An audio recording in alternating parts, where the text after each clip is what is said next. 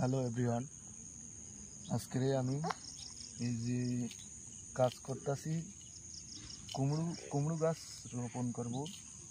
কুমড়ো গাছ, বেগুন গাছ রোয়া হয়েছিল কিন্তু সব বেগুন গাছ মারা গেছে। ঠিক আছে, বেগুন গাছ মারা গেছে। এখন কুমড়ো গাছ রোবো। সেই পদ্ধতিটা, কুমড়ো গাছ কীভাবে রুতে হয় সেই পদ্ধতিটা আপনাদের দেখাইতেছি। স্কিপ কর।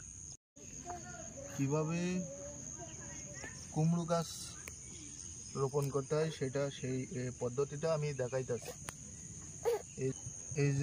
এই যে কুমড়োর বিচিটা, এই যে দেখেন কুমড়োর বিচিটা কল হয়ে গেছে।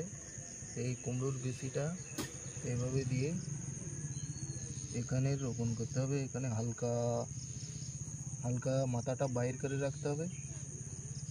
মাথাটা বাইর করে রাখলে তাড়াতাড়ি, এটা হলো তাড়াতাড়ি এর কষ ছাড়বে, তাড়াতাড়ি গাছটা হবে। এই যে এগুলা কুমড়োর বীজ আলাদা করে এটা কল করা হয়েছে। এখন এই যে এভাবে দিলেই আল্লাহর রহমতে কুমড়ো গাছ, ইনশাল্লাহ কুমড়ো গাছ হবে।